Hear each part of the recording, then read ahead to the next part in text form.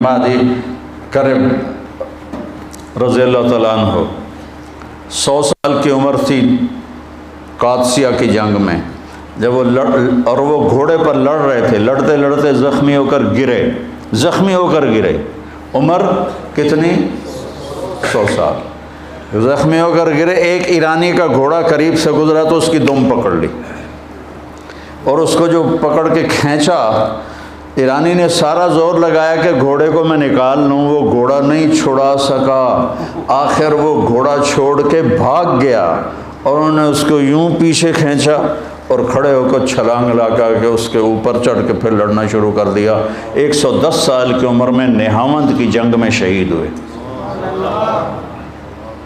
رجال دیکھے ہیں اس زمین و آسمان میں، رجال لا تلہیہم تجارت ولا بیع عن ذکر اللہ واقام الصلاۃ وایتاء الزکاۃ یخافون یوما تتقلب فیہ القلوب والابصار من المؤمنین رجال صدقوا ما عاہدوا اللہ علیہ فمنہم من قضى نحبہ ومنہم من ینتظر وما بدلوا تبدیلا۔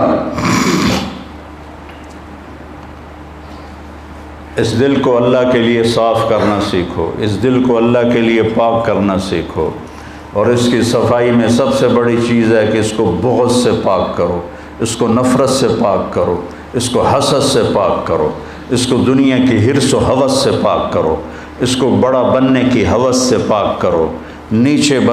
نیچے زمین کی طرف یمشون علی الارض ہونا واذا خاطبهم الجاہلون قالوا سلاما، زمین پر بچھ کر چلو۔ لن تخرق الارض ولن تبلغ الجبال لا تمش فی الارض مرحا انک لن تخرق الارض ولن تبلغ الجبال طولا کل ذلک کان سیئہ عند ربک مکروہا۔ تو زمین پر جھک کے چلو، دلوں کو، اگر دل میں اللہ کو بسانا ہے۔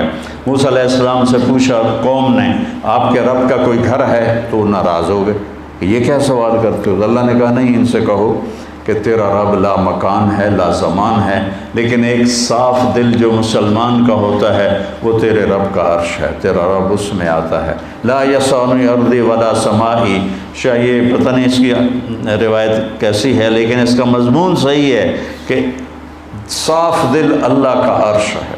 اللہ کے عرش سے زیادہ وہ نورانی اور قیمتی ہے کہ جہاں اللہ کی محبت ہے۔ تو آپ لوگ جا رہے ہو، اللہ کو سامنے رکھ کے زندگی گزارنا، اور اللہ کو سامنے رکھ کے زندگی گزارنی ہے تو سیرت پڑھو، سیرت قرآن پڑھو، سیرت پڑھو۔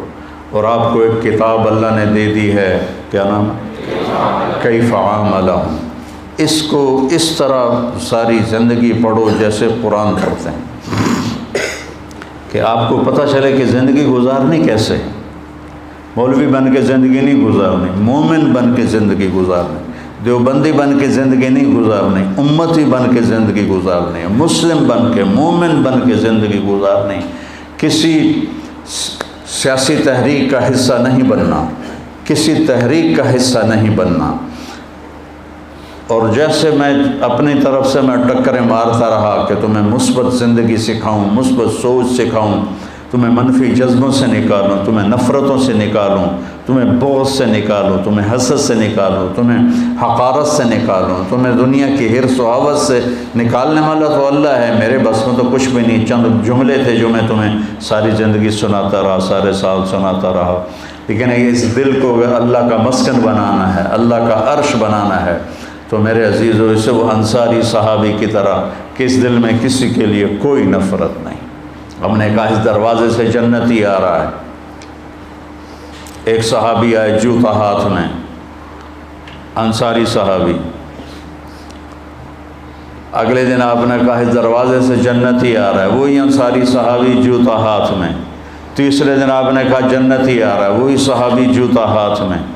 تو عمرو بن عاص کے بیٹے حضرت عبداللہ بن عمر صحابہ میں سب سے زیادہ عبادت والے صحابی ہیں۔ ساری رات نفل پڑھتے تھے، سارا سال روزہ رکھتے تھے، دن میں ایک قرآن ختم کرتے تھے۔ اتنا بڑا عبادت کا پیمانہ کسی کے پاس نہیں تھا۔ ان کو خیال آیا کہ یہ مجھ سے زیادہ بندگی کرتا ہے، جو اس کو 3 دن مسلسل جنت کی بشارت ملی اور مجھے نہیں ملی۔ ان کو دیکھنے چلے گئے چاچا باپ ناراض ہے آپ کے پاس کچھ دن گزار لوں؟ کہاں بیٹا ضرور گزارو۔ اب وہ سوچ رہے تھے کہ پتہ نہیں رات کو یہ کون سی جوئے شیر لائے گا اور کون سے یہ لمبے سجدے کرے گا جو ہلا کے رکھ دیں گے ساری زمین کو، سارے کمرے کو، اور لیٹے اور چادر اوپر کر کے ایسے سوراخ بنا کے ان کی طرف فوکس ہو کے دیکھنے لگے۔ وہ تشریف لائے اور بسم اللہم بسم کا اموت و احیا کر کے بسم اللہ دے برکت نال ساری رات سوتے رہے۔ وہ تو حیران پریشان ہو گئے، بھئی اے کی بن ایک بندہ جنت دی بشارت لے رہا ہے تو ساری رات سوتا پہ۔ اس زمانے میں تو منافق بھی تہجد نہیں چھوڑتے تھے۔ تو کہا اچھا چلو کل دیکھوں گا۔ اگلے دن پھر وہ چادر اوپر کر کے اور ایسے کر کے لیٹ گئے تو وہ پھر آئے اللہم بسم کا اموت و احیا، اور وہ گئے۔ وہ پھر بڑے حیران ہوئے اور دیکھتے رہے ابھی اٹھے گا ابھی اٹھے گا ابھی اٹھے گا۔ وہ پھر ساری رات سوتے رہے۔ اگلے دن کا چلو ایک رات اور دیکھ لوں کثرت ہو جائے۔ تیسری رات بھی وہی کچھ ہوا کہ وہ ساری رات سوتے رہے۔ تو پھر وہ پریشان ہو کر انہوں نے ان سے بات کی کہ چاچا میری باپ سے لڑائی نہیں تھی، میں نے 3 دن تیرے لیے جنت کی بشارت سنی، میں دیکھنے آیا تھا کہ آپ کیا کرتے ہیں، تو تسی تو ویلے بانڈے ہو، ایک ہی بنی ادھر تو کچھ بھی نہیں، ساری رات سوتے رہتے ہو اور صبح فجر کی نماز پہ اٹھتے ہو، یہ کیا چکر ہے؟ کہ بیٹا یہی ہے جو کچھ تم دیکھ رہے ہو۔ تو وہ بڑے بوجھل قدموں سے واپس چلے تو کہنے کہ بیٹا ادھر آؤ، بھتیجے ادھر آؤ۔ جب وہ آئے تو کہنے کہ اب تمہیں اصل بات بتاتا ہوں، یہ دل پہ ہاتھ رکھ کر کا اس دل میں کسی کے لیے نفرت نہیں، اور جب اللہ کسی کو کوئی عزت دیتا ہے، رزق دیتا ہے، مجھے خوشی ہوتی ہے، مجھے حسد نہیں ہوتی۔ تو بیٹا اپنے دلوں کو اس انصاری صحابی جیسا بنانے کے لیے لڑتے رہنا لڑتے رہنا لڑتے رہنا۔ یہ ایسے نہیں ہے کہ میری 5-6 سال کی باتوں سے تمہارا دل ایسے ہو جائے گا۔ یہ مشکل ترین سبق ہے جو سارے جواہر الادب کی بلاغت سے بھی مشکل سبق ہے کہ دل کو صاف رکھنا، دل کو صاف رکھنا، امتی بن کے چلنا، کسی فرقے کے ترجمان نہ بننا ساری زندگی۔ دیکھو ہم اہل السنت والجماعت ہیں، ابو حنیفہ رحمہ اللہ کی ترجیح کے فتاویٰ کو ہم ترجیح دیتے ہیں، باقی سب کو عزت کرتے ہیں، سب کے لیے ہم باہیں کھلی رکھتے ہیں، ہم ہی ہیں اور کوئی نہیں۔ یہ ذہن نہ بنانا اپنا۔ تعصب فی المذہب، جتنا آزادی مذہب نقصان دہ ہے اتنا ہی تعصب فی المذہب نقصان دہ ہے۔ تو اپنے آپ کو امتی بنا کے چلنا، اپنے آپ کو اپنے نبی کا نائب بنا کے چلنا۔ تم انبیاء کے وارث ہو، اللہ نے تمہیں وارث بنایا، تمہاری یہ عمر ہے، ہم تو ڈھل گئے، قبر قریب ہے، دنیا دور ہے، آخرت قریب ہے۔ اللہ آپ کو لمبی زندگی دے، آپ میرا سرمایہ ہو، میرا ذخیرہ ہو۔ اگر آپ صحیح چلو گے تو میرے لیے پروفٹ ہے، میرے لیے نفع ہے، میرے لیے بہت بڑی عزت کی بات ہے۔ اگر آپ ادھر ادھر ہو گئے تو میرا ہی نقصان ہے، میرا ہی گھاٹا ہے۔ تو اپنے آپ کو امتی بنا کے چلاؤ، اور کرنے کے کام بہت ہیں لیکن مثبت کاموں میں لگو۔